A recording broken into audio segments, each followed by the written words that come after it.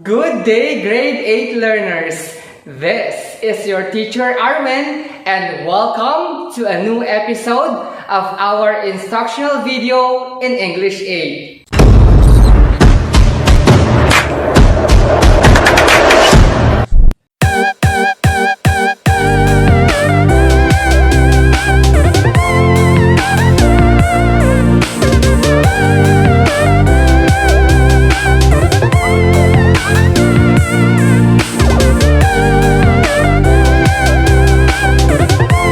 This instructional video will definitely help and assist you to better understand the content of your modules.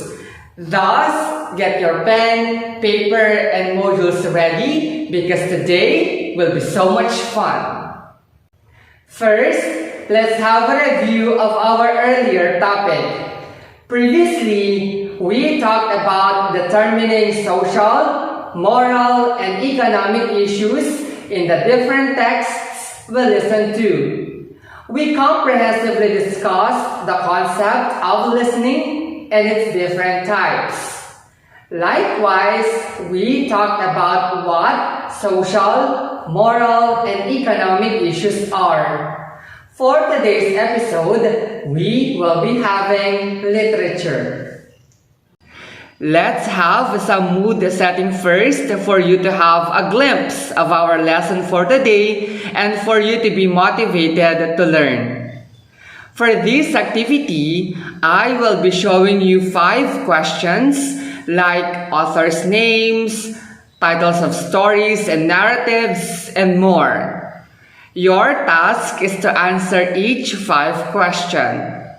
Ready? Let's begin with question number 1. Who is he in the movie?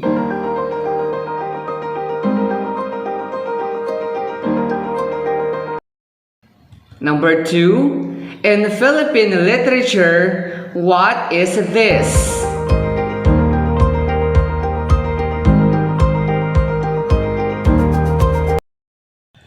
Number 3. Who is the author of this play?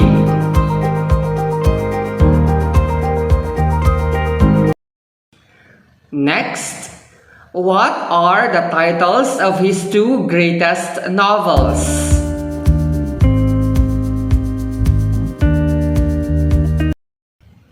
And lastly, who is the author of Florante at Laura?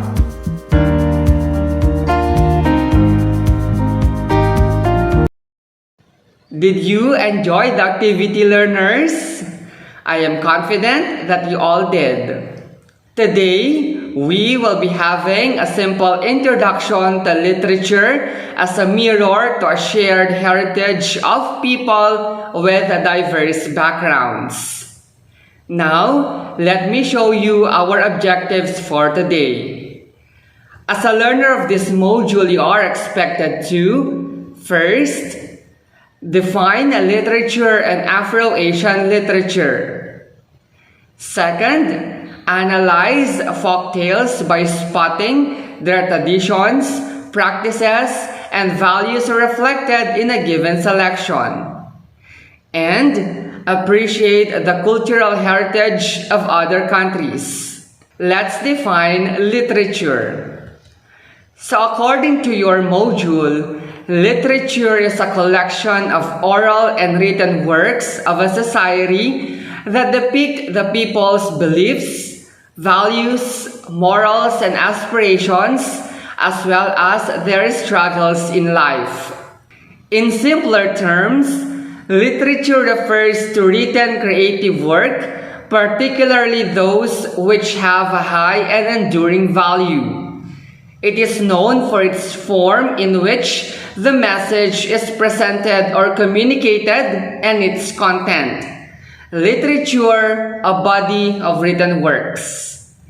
Literature may be classified according to a variety of systems, including language, national origin, historical period, genre, and even subject matter. To further understand the definition, let's have this visualization. This is Miss Reading. She is one of the visual representations of our school's reading program. But today, she represents literature. As our definition stated, literature is a complex whole composed of many different parts such as culture, beliefs, emotions, history, and more. Just like Miss Reading. Let's dissect, quote-unquote, the parts of Miss Reading. Let's start with the color yellow. Yellow, as known, is the color of joy and celebration. The color wants to convey that there is so much joy while you are reading. Reading could take you to many different places and vividly input into your mind situations and experiences that seem to be real. Moreover, this joy that you feel when you are reading is a celebration, because when you are able to read and comprehend what you are reading, it's indeed an achievement.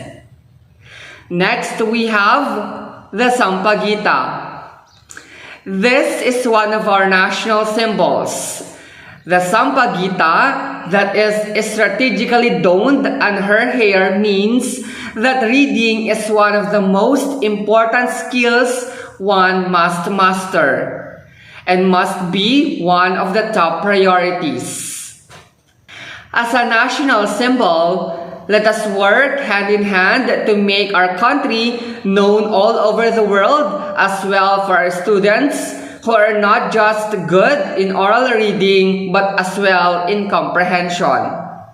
Moreover, the sweet fragrance coming from the Sampaguita symbolizes our intention that having this program is out of pure love and affection to our students. Third, we have the Pisces. This is our school's reading program coordinator's zodiac sign. As a Pisces, she is creative, as this sign is known to be one of the most artistic of all signs. This characteristic translates to reading activities that are effective in honing students' reading and comprehension abilities while they are enjoying. This sign encourages students as well to become creative in their own little ways. Then we have the tapestry. This piece of cloth here is an Abel Ilocos. As known, the Abel industry in the province is given special attention by the provincial government for its preservation because it has been not active for years. Just like in reading, this macro skill should be given extra attention because results from field area assessments were very alarming. Just like the Abel Ilocos that stood strong through times, BNCH's I Love to Read program encourages students to be able to read and comprehend, as these are definitely their edges in life. Furthermore, this tapestry as well is a symbol of localized reading activities in assessments in order for an Ilocano reader to be familiar with the tasks given. Van Gogh's Starry Night. According to a blogger named Rafaela Green, Starry Night conveys strong feelings of hope through the bright lights of the stars shining down all over the dark landscapes and night. I Love to Read program is a beacon of hope to all students who have difficulties in oral reading and in comprehension. This is a positive space for fun and meaningful learning. Then lastly, we have the book. The book says, read, explore, enjoy. When you read, you enjoy because you explore at the comfort of your own time and place. As the most common symbol for reading, the book is color red to symbolize the love for reading. Every single one of us should love to read or start to love reading because of its many benefits. That's how literature works, learners. It's a complete whole composed of many different interconnected and significant parts. Now, as grade 8 learners, we are using literary pieces from Afro-Asian literature. If you remember, when you were in grade 7, you used literary pieces of the Philippines. Simply, Afro-Asian literature refers to the literary output of the various countries and cultures in Africa and Asia. This includes their oral traditions and from the first to the contemporary written and or published prose and poetry. Asia is one of the largest continents and encompasses a diverse population with a long and extensive history. With the ethnic and cultural diversity increasing in our communities and an increased focus in multicultural education, these are the usual concepts of Asian literature. On the other hand, most African literature is an expression of its country's social change. The writers are concerned about the past and present history of their country, and this concern is reflected in their works. The social change that Africa had been subjected to since the colonization of the country, the cultural, political, and missionary influences, and its present state of achieved independence with a growing awareness of both national identity and modern problems.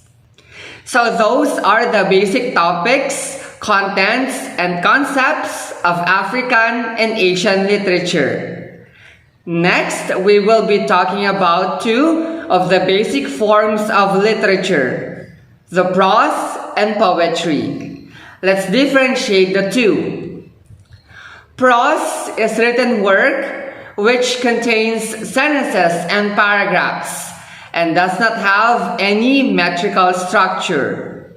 Prose is an ordinary writing style in literature, which encompasses characters, plot, mood, theme, the point of view, setting, and more, making it a distinctive form of language.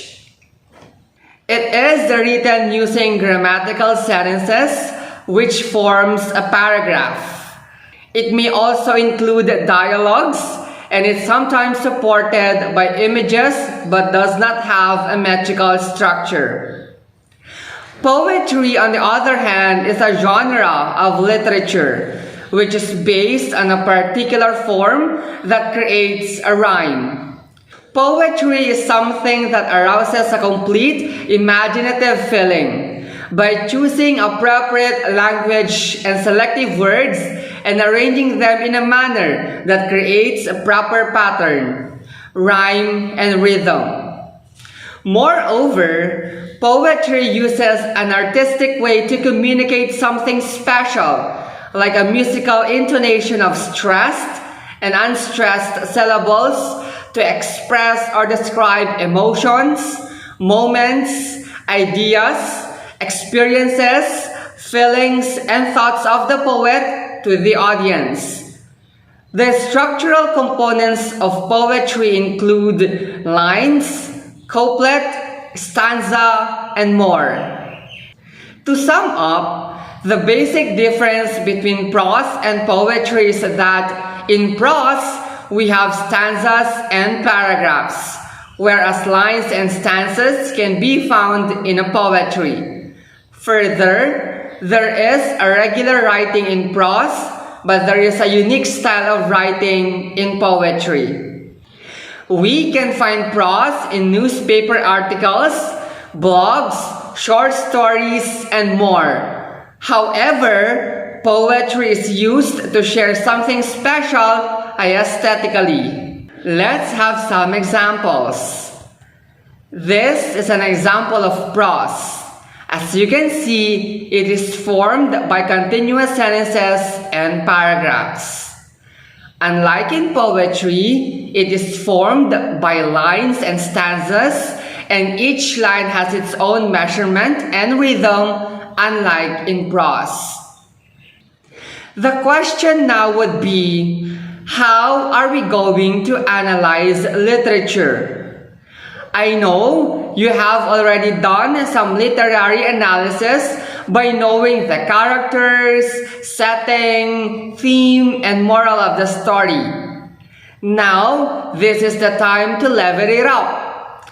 Learners, may I introduce you to literary criticisms as a way to analyze literary pieces. To define, literary criticism is an analysis, exploration, understanding, and/or evaluation of works of literature. Literary criticism is essentially opinion-based but supported by evidences relating to theme, style, setting, or historical or political context. It usually includes discussion of the work's content and integrates your ideas with other insights gained from research. Literary criticism may have a positive or negative bias and may be a study of an individual piece of literature or an author's body of work. Although criticism may include some of the following elements in order to support an idea, literary criticism is not a plot summary, a biography of the author, or simply finding fault with the literature. When you are analyzing a literary piece, you could focus on only one or two aspects of the piece by using literary criticisms. These are the examples of some types of literary criticisms that you could use when you analyze a literary piece. We could use biographical, which talks about the connection of the literary piece and the life of the author. Feminist, which talks about women, their empowerment, and their rights. We could also use historical literary criticism if the literary piece has been greatly influenced by history. Or we could also utilize psychological criticism if the piece addresses human behavior at a conscious and/or unconscious level, as well as the development of characters through their actions. And social literary criticism, which focuses on sociological issues experienced by the society, in particular with respect to alleged injustices and power relations in general. These are 5 of the most common literary criticisms being used to analyze literary pieces. Let's have an example. If we are going to examine the poem Africa by David Diop, we could focus on the negative impacts of colonialism in Africa, as it traces the history of pre-colonial Africa, then shows the torture that Africans underwent in colonialism and how Africa is starting afresh like a young tree.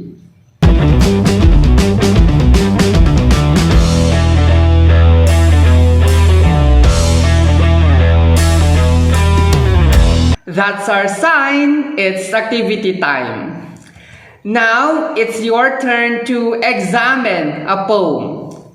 Read the poem Telephone Conversation by Wolso Yinka and answer the following questions. You could access a copy of the poem by visiting the link. So screen cap now this slide, learners, and key in the link on Google to have a copy of the poem. So here are now our questions. Number 1, what is the central theme of the poem? Second, What was the intended purpose of the conversation in the poem? Third, what does the poem tell the readers about the landlady and the speaker? Fourth, what are the lines that bring the issue of race? And lastly, what literary criticism can be used to analyze the poem? Justify your answer. Again, you could screen cap this slide for you to have a copy of the questions. And just like that, we are done with this module. Did you enjoy our episode today, learners? I do hope that you have learned a thing or two from this video lesson. Just remember to read and read and read. Again, this is your teacher Arvin telling you to confidently and courageously go beyond pages.